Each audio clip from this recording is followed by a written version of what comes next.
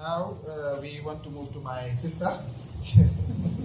We academics are always interested in, people that provoke the mind, people that can help set the conversation going. Because for these 2 days, all we want to have is to engage, to discuss, for people to share their experiences, and also for us to learn and define the way forward in terms of our conversation.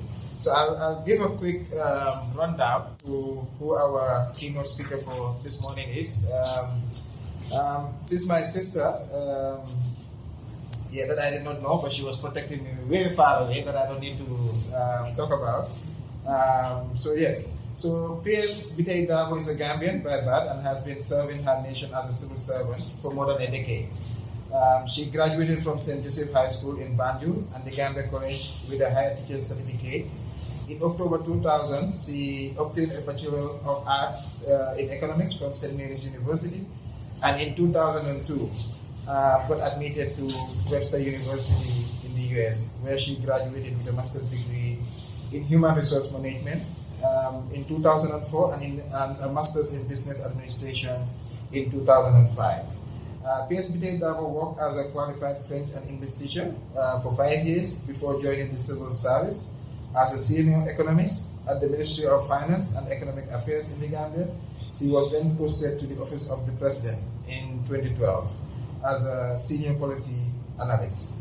With her dedication and hard work, she rose through the rank to the position of Permanent Secretary in 2016. The position she handled at the Ministry of Petroleum, the Ministry of Gender, Children and Social Welfare, and still handling at the Ministry of Defense. Ladies and gentlemen, help me please welcome Mrs.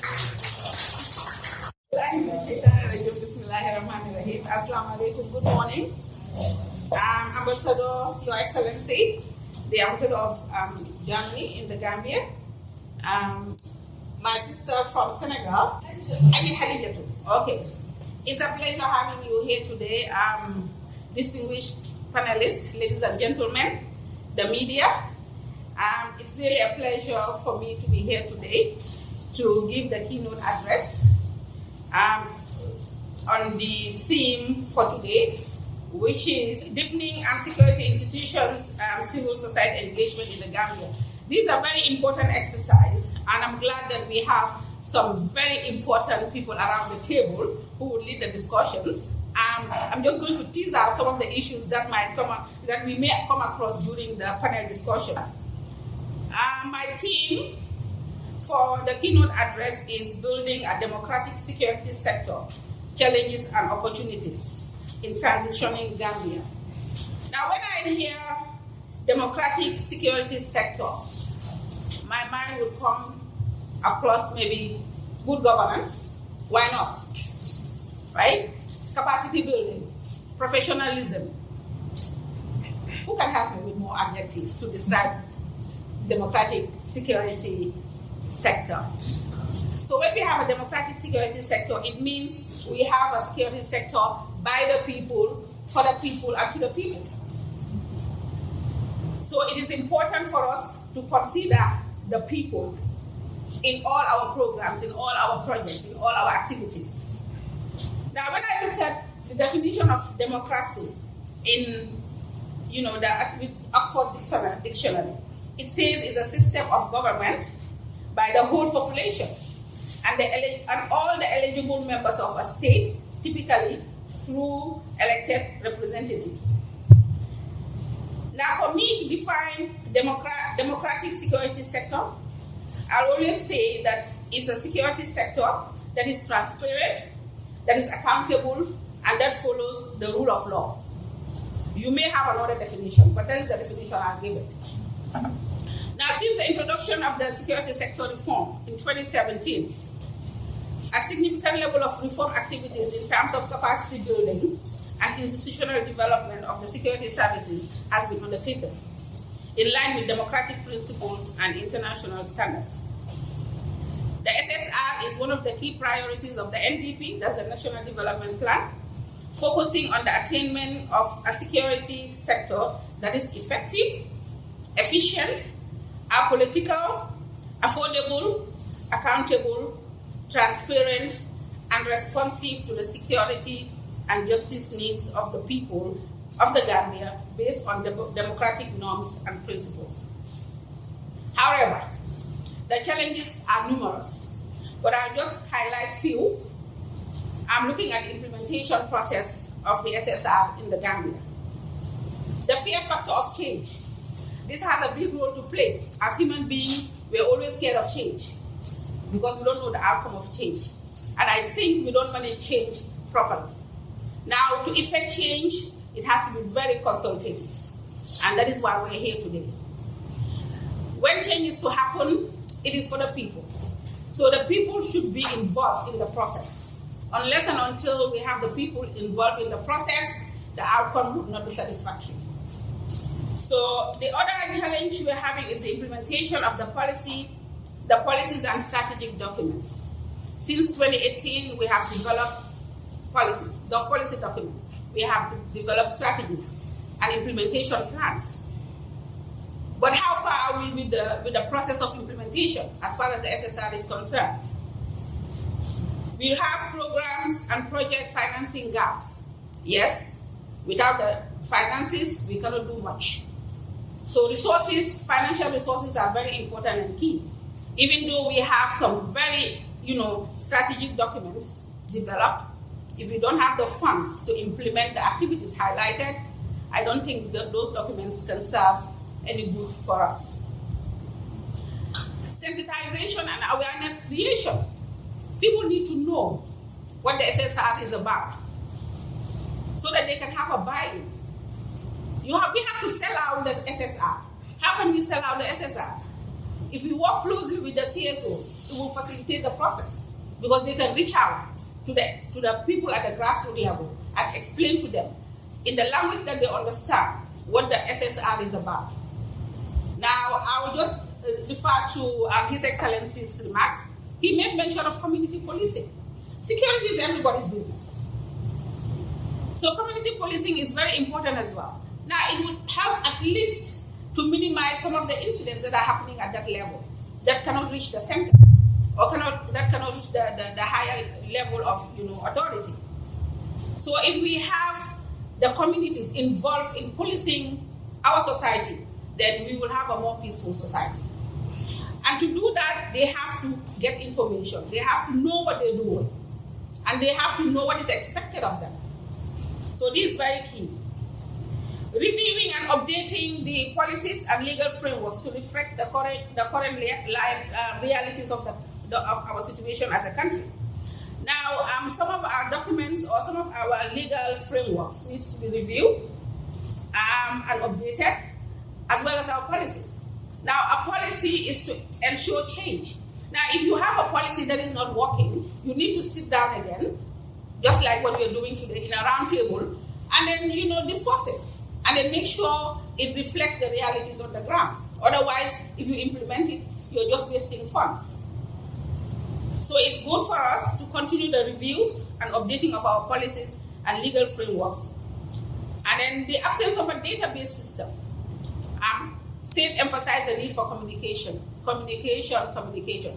I always say that if you don't communicate as people, the devil, Shaitan, will communicate for us. And when Shaitan communicates for us, it means what? Big trouble. So let us be communicating. Now, if we have a database system where we can, make informed decisions, because then you have something to rely on. And that is what? Information, data. So data is very relevant to all security institutions, not only to every institution anyway, not specifically to security institutions.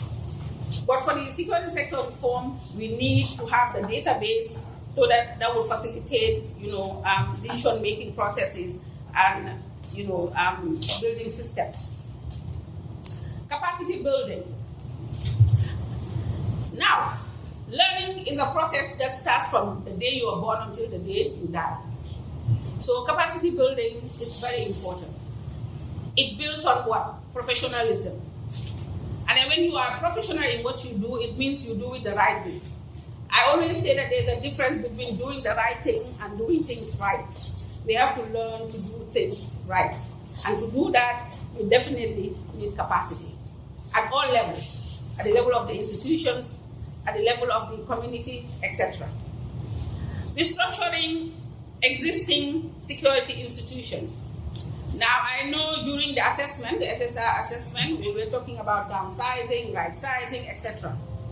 And then the terminology we preferred to use was right-sizing. Now, to do the right-sizing, we need to do an audit. We need to do an audit to see whether we have the required security personnel. Do we need to increase it or do we need to decrease it? That would depend on the result or the outcome of the assessment. Lack of communication strategy for the security sector. I think this is long overdue. I think the first step was to build a community or to develop a communication strategy so that information can be filtered down to the people at the lowest level. Development of programs and activities to promote civil security relations. Now we have a civil security strategy developed, and then implementing it definitely will strengthen the relationship between CSOs and the security sectors, the security sector or security institutions. Not long ago, there was a forum organized by ONS involving the CSOs, and I think it was a very successful when I was there, and the discussions were very fruitful. And this is what is expected. It should not be a one-time thing. It should continue, and then until the dust is settled.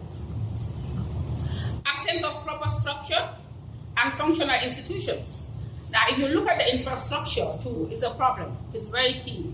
I mean, we need to work on the infrastructure, and we need our institutions, especially the security institutions, to be properly structured so that they can be functional. We cannot put square pegs in round holes and expect things to move. So let's have our institutions structured the way they should be. And to do this, what do we need to do? We need to do institutional assessment. It could be capacity assessment, capacity need assessment for the institution. It can be not only for the institution, but for the officers as well, the officials that are handling the positions as far as the institution is concerned. I am certain that the list is not exhaustive concerning the opportunities as a country. The government has the political will, as it is seen, leaning towards the culture of true democracy, good governance, and respect for the rule of law and human rights. Now, this is not to say that the government is perfect. It's not a perfect system. There are gaps. But then, I mean, if civil society and the relevant institutions are working hand in glove, I mean, eventually, we will not be perfect, but we will be close to perfect. To build trust, confidence, and understanding between civilians and the security services, CSOs have a big role to play. To better understand the principles of human rights and the rule of law, to better execute their constitutional mandate in a more centric manner, the security sector has to work with the CSOs. The security sector has to work with the entire population. The security sector should be able to provide information to guide decision making.